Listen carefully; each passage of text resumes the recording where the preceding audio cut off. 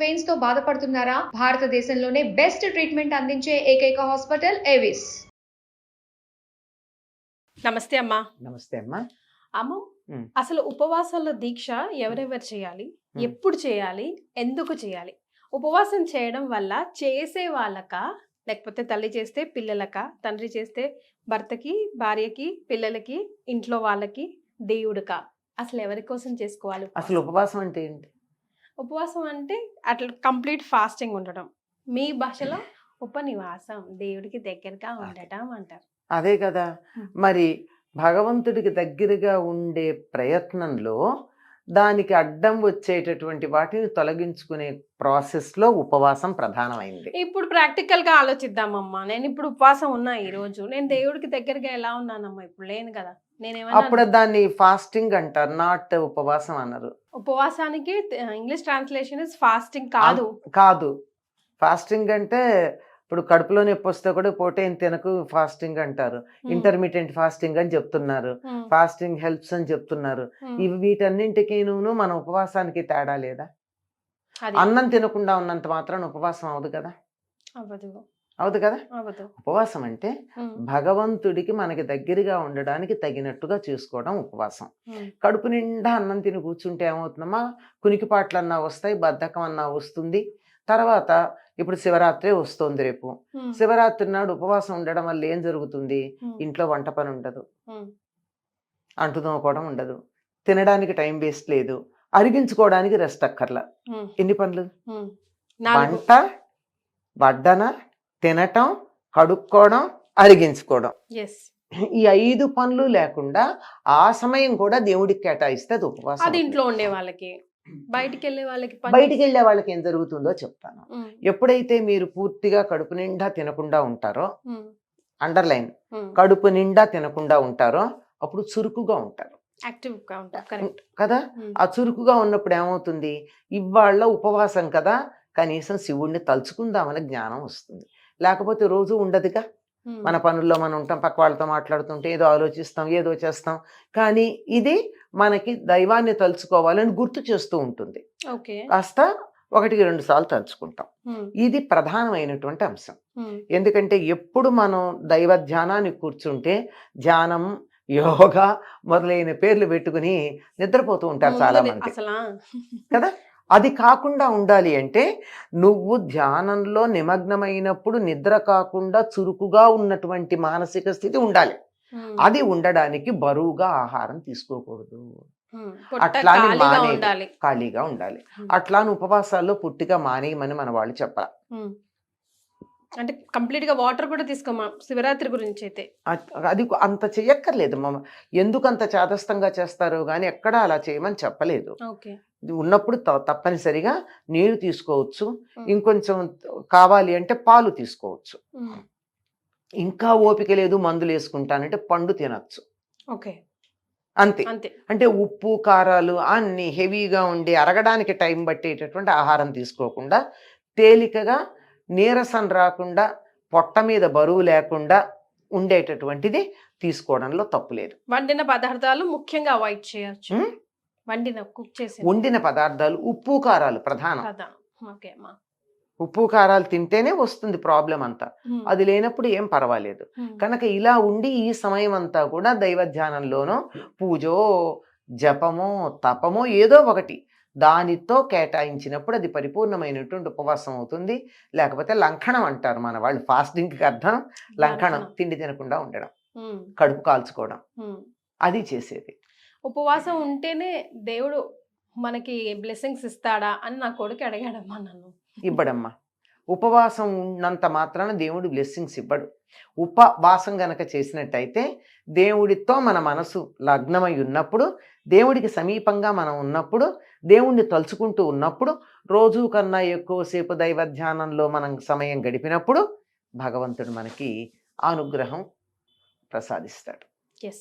అంతేగాని తినకుండా ఉన్నంత మాత్రాన రోగం వచ్చిన వాళ్ళు తినరు. వాళ్ళకి ఏమన్నా ఉందా? కడుపు నొప్పి వచ్చిన వాళ్ళు మందు వేసుకుని ఈ పూట ఏం తినకు అని చెప్తాం. వాళ్ళకి ఏమన్నా ప్రయోజనం ఉందా? లేదు కదా. లేదు. ఆ తినటం మానేయటం అన్నది ఒక రకమైనటువంటి ఇంద్రియ నిగ్రహానికి నిదర్శనం. అంటే అక్కడ పదార్థం ఉంటే నేను ఇవాళ శివుడి కోసం ఇది తినను అని అనుకోవడం నాలుకను అదుపులో పెట్టుకోవడం కదా, అది కొంత ప్రయోజనం, అంతకు మించి కాదు. అంటే దేవుడు అంటే మనకు భయం కాబట్టి, భక్తి కాబట్టి ఎలా అయినా ఆ పని చేసేస్తాం. అది సో ఇది ఆధ్యాత్మికంగా. సైన్స్ ఏం చెప్తుందమ్మా ఉపవాసం చేసినప్పుడు మన బాడీ ఎలా ఉంటుంది? ఓషినోరి సుబుకినో ఏదో ఉంది ఆయన పేరు, జపాన్ దేశస్థుడు. అమ్మా. ఆయనకి నోబెల్ బహుమానం వచ్చింది. ఆయన దాని మీద ఆటోఫాగి అనేటటువంటి ఒక సిద్ధాంతం మీద ప్రయోగం చేసినప్పుడు పరిశోధన చేసిన దానికి ఫలితంగా ఎందుకు ఆయన చెప్పింది ఏమిటంటే అప్పుడప్పుడు మినిమం 15 రోజులకు ఒకసారి పూర్తిగా శరీరానికి ఆహారం ఇవ్వడం మానేయమన్నాడు. ఎవ్రీ 15 డేస్కి ఒక్కసారి. ఆహారం ఇవ్వకపోతే ఏం జరుగుతుంది అంటే మన శరీరంలో ఉన్న వ్యర్థాలని మన శరీరం తినేస్తుంది. ఏవైతే మనం అక్కర్లేదనుకుంటామో అది ఈ ఆటోఫాగి సిద్ధాంతం ప్రకారం గనక సరిగ్గా చేసినట్లయితే క్యాన్సర్ లాంటి వాటిని కూడా క్యూర్ చేయొచ్చు అని చెప్తారు. క్యాన్సర్ కణాలంటే అధికంగా కణాలు వృద్ధి చెందడమే కదా, కొన్ని కణాలు అక్కర్లేనంతగా వృద్ధి చెందుతాయి, దాని కారణంగా మిగిలిన శరీరం అంతా పాడవుతుంది. అది క్యాన్సర్. దానికి చెప్పినటువంటిది ఆయన చెప్పినటువంటి సిద్ధాంతం ఆటోఫాగి. దీన్నే వేమన ఓ చక్కని మాట చెప్తాడు, కూడు విడిచి కుక్షి మలము కుడుచురా ఉపవాసి అంటాడు. తిండి తిండం మానేసి పొట్టలో ఉన్న మలం తింటాడయ్యా ఉపవాసం చేసేవాడు అని. మలం అంటే మలినం ఇక్కడ మనం అనుకో. ఇప్పుడు ఈయన చెప్పింది అదే కదా, ఏదైతే వేస్తుందో దాన్ని ఆ లోపల ఉన్నటువంటి మన సిస్టమ్ ఏం చేస్తుంది, సమయానికి ఆహారం ఇవ్వకపోయేటప్పటికీ అక్కర్లేంది ఆ మూల ఉన్నది ఈ మూల ఉన్నది వీటన్నిటిని లాక్కొచ్చి తింటుంది. అలాగే జ్వరం తగ్గాక ఎలా ఉంటారమ్మా మనుషులు, బాగా తగ్గితే హాయిగా తేలిగ్గా ఉంటారు. జ్వరం రావడానికి ముందు కొద్దిగా నలతగా బరువుగా వస్తూ ఉంటాయి, కాస్త బద్ధకంగా ఒళ్ళు బరువు ఎక్కినట్టు ఉంటుంది. జ్వరం వచ్చి తగ్గేటప్పటికి తేలిగ్గా ఉంటుంది. ఈ తేలికతనం రావడానికి కారణం అంటే లోపల ఉన్న మాలిన్యాలన్నీ పోవడం. అంచేత ఉపవాసం గనక చేసినట్టయితే మాలిన్యాలు పోతాయి అని ఆయన చెప్పింది. ఇది మన వాళ్ళు ఏం చేశారు, మీరు అలా 15 రోజులకు ఒకసారి ఉపవాసం ఉండండి అంటే ఉండను గనక ప్రతి ఏకాదశికి ఉండమన్నారు. మరి సో సైన్స్ కి ఆధ్యాత్మికతని జోడిస్తేనే మనం కొంతమందిని భక్తి శ్రద్ధలతో పాటిస్తాం కాబట్టి. సైన్స్ ని ఆధ్యాత్మిక జోడించటం కాదు, ఆధ్యాత్మికత అంతా సైన్సే, కనుక్కోవాలంతే. మన ఆధ్యాత్మికంగా చెప్పిన ప్రతి దాని వెనకాల సైన్స్ ఉంది. అంటే మధ్యలో అప్పుడప్పుడు కొంతమంది అతి తెలివితేటలతో వీళ్ళకి ఇష్టమైన వాటిని కూడా అందులో చేర్చారు. అట్లాంటి వాటిని చూసి పక్కన పెట్టాలి. అది అతి తెలివితేటలతో నేను దేవుడి పేరు చెప్తే తప్ప మనుషులు వినరు అన్న ఉద్దేశంతో నా ఇష్టమైందన్నీ దేవుడి పేరు పక్కన పెట్టడం, అట్లా పెట్టినవి వాటిని మూఢాచారాలు మూఢ విశ్వాసాలు అని చెప్పి గుడ్డి నమ్మకాలు అని చెప్పి వాటిని పక్కకు పెట్టాలి. కానీ పూర్తి ఆధ్యాత్మికత ఏదైతే ఉందో అది ప్యూర్ సైన్స్. సైంటిఫిక్ బ్యాక్గ్రౌండ్ లేకుండా ఏమీ చెప్పాలా. ఏకాదశి నాడు ఉపవాసం ఎందుకు ఉండమని చెప్పని నేను ఎప్పుడు చెప్తూ ఉంటాను. ఎవరన్నా ఇంకో నోబెల్ బహుమానం కావాలనుకున్న వాళ్ళు దీని మీద పరిశోధన చేయమని. ఏకాదశి నాడే ఎందుకే ఉపవాసం చెయ్యాలి, ఉపవాసం చేస్తే మంచిదని ఆయన జపాన్ దేశీయుడికి ఇది వచ్చింది నోబెల్ బహుమానం. ఏకాదశి నాడే ఎందుకు చేయాలని దాని మీద చెయ్యండి, ఇంకొక ఉపవాసం ఇంకొక బ్రహ్మాండమైనటువంటి నోబెల్ బహుమానం తెచ్చుకోవచ్చు భారతదేశంలో. వాళ్ళు ఎందుకు చెయ్యాలి అంటే భూమి, సూర్యుడు, చంద్రుడు ఉండేటటువంటి స్థితి లంబకోణంలో ఉంటుంది. అప్పుడు జీవప్రజ్ఞ ఊర్ధ్వముఖంగా ప్రయాణం చేయడానికి తేలిగ్గా ఉంటుంది. పైగా ఏకాదశి అంటే 11, 5 జ్ఞానేంద్రియాలు, 5 కర్మేంద్రియాలు, వీటిని నడిపించే మనస్సు ఏకోన్ముఖంగా ఉండేటటువంటి రోజు కనుక ఏం చేసినా ఎఫెక్ట్ ఎక్కువ ఉంటుంది. ఏకాదశి నాడు చదివితే బ్రహ్మాండంగా గుర్తుంటుంది. ఏకాదశి నాడు ఏది చేసినా కాన్సన్ట్రేషన్ చాలా బాగా ఉంటుంది. అందువల్ల ఆనాడు మీరు ఉపవాసం ఉంటే అటు ఆరోగ్యం, శారీరక ఆరోగ్యం బాగుపడి మానసిక ఆరోగ్యం బాగుపడి ఆధ్యాత్మికంగా పైకెడతారు. దీన్ని సైంటిఫిక్గా నిరూపించుకుంటే ఇంకో నోబెల్ బహుమానం భారతదేశానికి వస్తుంది. ఎవరు చేయకూడదో మన వాళ్ళు చాలా స్పష్టంగా చెప్పారమ్మా.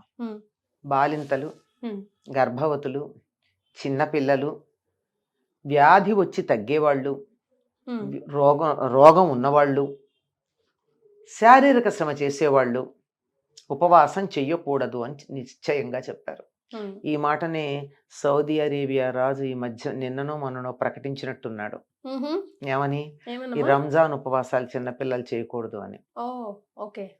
ఇప్పుడు రాబోయే రంజాన్ ఉపవాసాల వస్తాయి కదా ఇప్పటి అవును నుంచి. అవునమ్మా. రంజాన్ ఉపవాసాలు వస్తున్నాయిగా, ఉమ్, అవి చెయ్యొద్దు అని స్పష్టంగా చెప్పాడు ఆయన, అనౌన్స్మెంట్ ఇచ్చాడు. ఓకే. అక్కడి ఆజాన్లు అవి గట్టిగా చదవద్దని, ఉమ్, సౌండ్ పొల్యూషన్ చెయ్యొద్దని చాలా చెప్పాడు ఆయన. ఉమ్, ఉమ్. అందులో ప్రధానంగా ఉపవాసానికి సంబంధించిన పాయింట్ కనుక ఇది. Right. Thank you so much అమ్మా. ధన్యవాదాలు.